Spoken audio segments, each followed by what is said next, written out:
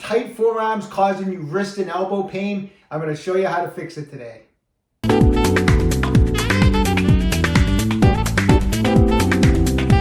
Hi, I'm Dr. Joe DeMarco, chiropractor and owner of OcraMed Health. Before we get into today's material, a couple things. One, if you haven't done so already, pick up a copy of my new book. It's called A Fitness Carol. It's available on Amazon. You can go to www.afitnesscarol.com.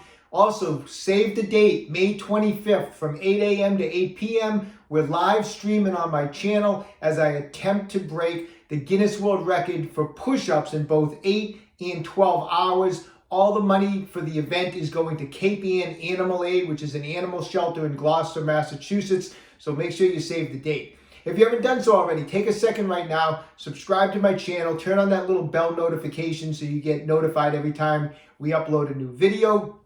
At the end of today's video, if you found the information helpful, I'd appreciate a thumbs up. Let's talk about forearm tightness. So the muscles in the front of the forearm are known as your flexor muscles. These are muscles that draw the fingers into a fist and then flex the wrist in this direction like that. These are your flexor muscles. Now there's quite a few of them. There's no need to get into all the technical anatomy of the forearm flexor muscles. I mean, it's suffice to say there's quite a few of them, and they all basically do the same thing. They bring the fingers in and they flex that wrist. And tightness in these forearm flexor muscles is super common with athletes. Now, why is that? It's because we're constantly gripping, whether we're gripping a tennis racket or we're gripping a golf club or we're gripping onto a barbell, or we're pulling a deadlift off the floor or doing a barbell curl. We're constantly gripping, and these muscles in the front of the forearm will get really, really tight. Now, why is that a problem? When these muscles get really tight, when they get tight, they get into a shortened position. So the muscle becomes shorter as it gets tight. And over time, that shortened muscle will also develop what's known as fascial adhesions. So the muscle will start developing adhesions or even some scar tissue in there, which takes away from the normal elasticity of these muscles. Why is that a problem? Well, if you picture these forearm flexor muscles as like this elastic band, and it's running in the front of the forearm. The muscles are in the forearm, and then at the end of the muscles in this direction, the tendons are going to cross the wrist joint into the hand and finger, and so you have tendons going this way. And then on the other end, these forearm flexor muscles have tendons that insert in and around the elbow area. Now, normally these muscles are supposed to be very elastic, and when they're elastic, everything is good. There's no tension in the wrist, there's no tension in the elbow. However, as they get tight, they shorten, they build up adhesions, they lose that elasticity, and we're almost like we're dealing with like this strap here. There's loss of elasticity, and you have these muscles here. If this isn't stretching, what's going to happen? If these muscles don't stretch, they're going to start tugging on the tendons as they cross the wrist into the hand, and tendons do not like to get tugged on. So those tendons can get inflamed and start causing pain in the wrist and hand. And then, of course, the tendons that hook up into the elbow, they're going to start getting tugged on, and that's going to cause inflammation and pain. And so this last loss of elasticity starts causing tugging and pulling in either the wrist, the elbow, or both. Now, a lot of times you go to the doctors with wrist pain, elbow pain, and it's a solution as well. You have inflammation here, you have inflammation here. Here's some anti-inflammatories, or here's a cortisone shot. You're just basically treating the end result, the symptoms. You're not taking care of the problem. The problem is that you don't have any elasticity in the forearm flexor muscles. And so as soon as the anti-inflammatory medicine wears off, or the cortisone shot wears off, this problem's coming back. It's not going away. You didn't fix anything. You can't fix a physical problem with a chemical. So the only way you fix a physical problem is by physically getting in there and fixing it. And that's what we're going to do today. I'm going to show you how we're going to loosen up these forearm flexor muscles so that we get rid of the wrist pain for good and we get rid of the elbow pain for good. All right, so we have to get in here and loosen up these forearm flexor muscles. Now, a lot of times people will say, well, can't I just stretch it out? Can't I just pull my wrist back and stretch these muscles? Stretching a lot of times is not effective when you have tight, shortened, contracted muscles often with, as we mentioned, with fascial adhesions in there, the muscle is no longer elastic, and it's more fibrous or leathery in there. You can't stretch something that's not stretchy. In other words, I can stretch a rubber band because it's stretchy. If I pull on a leather belt, I could pull on it for 10 hours a day. It doesn't stretch. And you can think of this as a leather belt. In other words, this material is not real stretchy. So if I was to pull my wrist back, chances are I'm not going to get much of a stretch through here. And the tension of doing this, instead of stretching out this muscle, is going to translate. And if anything, it's going to start pulling on the tendons. And oftentimes, stretching out an injury like this where there's adhesions in the muscles actually will make the injury worse. So in other words, if the muscle doesn't stretch, I start pulling back my wrist. All I'm doing is creating more tension into the tendons of my wrist, or I might be creating more tension in the tendons of my elbow, and it actually aggravates the injury. So stretching is not the answer at this point. We need to break up the adhesions that are in here. We need to loosen up those tight muscle fibers. And so how do we do that? Well, we're going to use a technique called a pin and stretch technique. And the pin and stretch technique involves trapping some of the muscle tissue in the forearm first and then stretching it. And that by pinning and stretching, we put the focus of the stretch into the tissue that's being pinned, which is the muscle, the flexor muscles here, and it's a much more effective technique. Now, everything we're going to go over today, if you don't have any fascial release tools at your house, that's okay. You can use your hand, you can use your thumb. It's not as effective, but you can get away with it. I'm going to kind of demonstrate with some different fascial release tools on how to use these, on how to perform pin and stretch techniques. But like I said, if you don't have anything, it's okay. You can still watch today's video and use your thumb. Before we get into it, you have to make sure the muscle is warmed up in here. So just like any time you're going to stretch or any time you're going to do fascial release work, you got to get some blood flowing in there. So simple way to do it, just take your knuckles of your other hand and just get in there on those forearm flexor muscles. Try to let the arm relax and get in there and just dig around for 60 or 90 seconds, up and down, get in there side to side, and just go circular motions. Just get in there and just rub around 60 to 90 seconds. You'll know when it's warmed up. We want to get this kind of pinkish, light red, kind of pinkish looking. That means there's blood flowing through there. So spend a little time and get that nice and pink looking so that we know there's blood flowing through the tissue. The techniques are safer and they're much more effective when there's already blood flowing into the tissue, okay? So let's run through some different ways we can do it. First off, using a massage ball. This little spiky ball is called a Tai Chi ball. It's a regular size Tai Chi ball from OcraMed Health. We have 3 different sizes. It all depends on the size of your forearm. For me, I find that a regular size Tai Chi ball works great for my forearm size. Why is this more effective than my thumb? My thumb is just a smooth piece of tissue here. It's nice, it's smooth and it's soft, and I can trap the tissue. However, the spikes on these balls, if you think of my fingers as the muscle fibers, the spikes are going to penetrate. I'm going to get deeper into the tissue. I'm going to get into some of those deeper layers where there might be some adhesions, so it's going to be more effective. So I'm going to take the ball.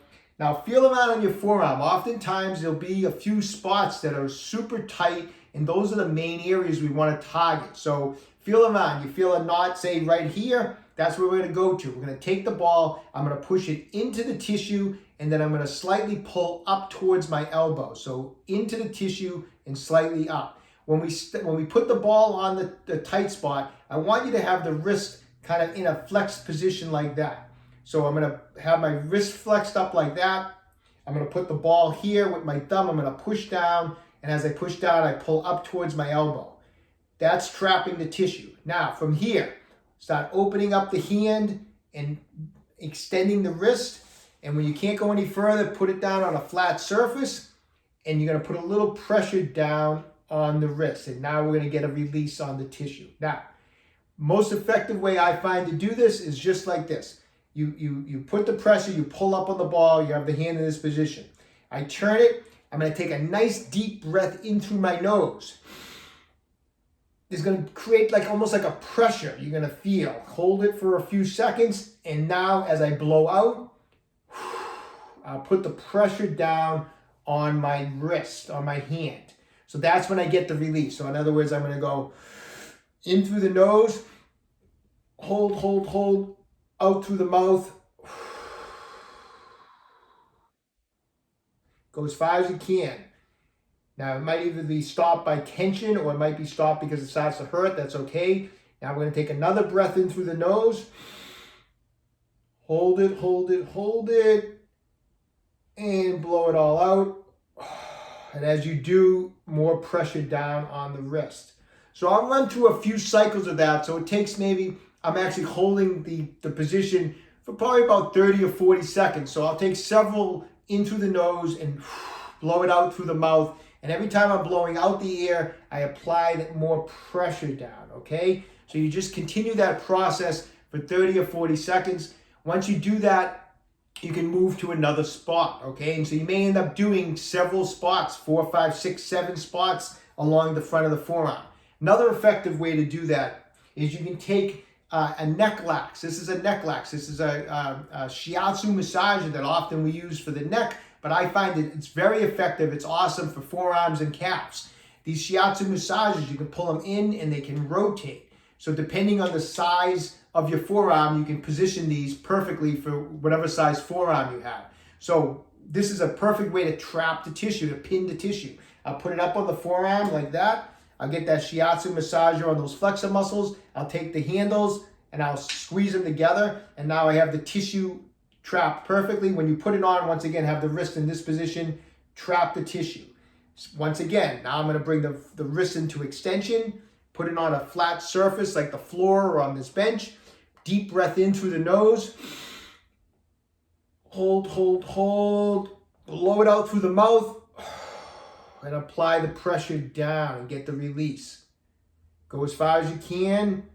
When you can't go any further, another breath in through the nose. Feel that tension. And blow out. And when you blow out, more pressure down on the wrist. Once again, you just repeat it 30 or 40 seconds and move around into different spots. Makes a huge difference. One final technique. A lot of you out there have picked up the FF5, the Fascial Force 5. It's a stainless steel fascia release instrument that is awesome for breaking up fascial adhesions. It has a dull edge all the way around. The technique for using the FF5 is slightly different than the pin and stretch technique, but it's very similar. We're going to have the wrist up here, and instead of pinning with this, we're going to use this instrument to drag. We're going to pull that dull stainless steel edge up along the forearm where there's adhesions, and the adhesions will, anything that's rough or tight in there will catch the dull edge and will break down some of that fascial adhesion. And the way we want to work this is have the forearm like this, wrist in this flexed position. I'm going to start down low here. Breath in. As I breathe in, I put the pressure on the forearm muscles, and I'm going to slowly, as I press down on my wrist, I'm going to drag this thing, this FF5 up my forearm muscles. And as I'm doing that, that's when I'm going to exhale. So inhale.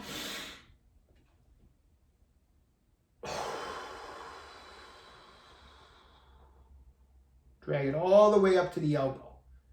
Take another breath in.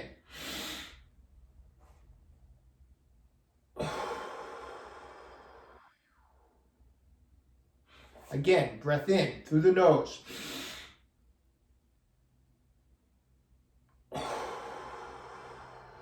Nice firm pressure as you drag.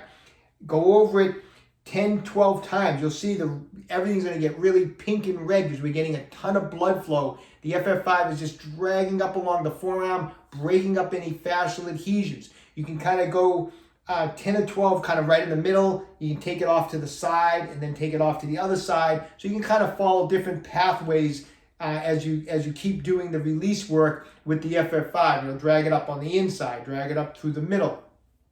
Tremendous amount of blood flow and a tremendous release, no matter what technique you use. Also, as I mentioned, if you have nothing, just take your thumb, pin, breath in, and blow out. So you can use your thumb if you have no equipment at home. All excellent techniques for loosening up, not just loosening up, but for breaking up the fascial adhesions and the tight muscles that are in your forearm that are resulting in inflammation in the tendons of the wrist and tendons in the elbow, causing pain in both areas. All right, so give those techniques a try. Any type of fascia release technique does not give you results like immediately overnight. I mean, it might feel loose the first couple times you do it, but to really fix a problem, it does take time. So I want you to work on those techniques for the next 30 days if you have tight forearm flexors, and then leave me a comment in the comment section down below. Let me know how you're doing. I want you to work it every day. However, if you do a lot of work on it one day and the following day those forearm flexor muscles are sore, or you got a little some black and blue marks on it from doing the fascia release work, which can happen sometimes, skip a day in between. But as long as it feels okay, I want you to be working this every day. Give it about 30 days. Leave me a comment. Let me know how you're doing with it. I think you're going to notice a big change in the tightness of those forearm muscles, which is going to help the wrist and the elbow, okay? So give it a try. Best of luck to everybody out there. If you haven't done so already, take a second, visit my website, OcraMedHealth.com. Everything that we used in today's video is in stock and available on my website, so check it out when you have a chance. If you haven't done so already, you have to pick up a copy of my book, A Fitness Carol. It's on Amazon, or you can go to afitnesscarol.com. Please take a moment, subscribe to my channel, OcraMed Health on YouTube. Questions about exercises or injuries, just leave a comment in the comment section down below. I do the best I can to get back to everybody. And don't forget, OcraMed Health is here to keep you fit forever.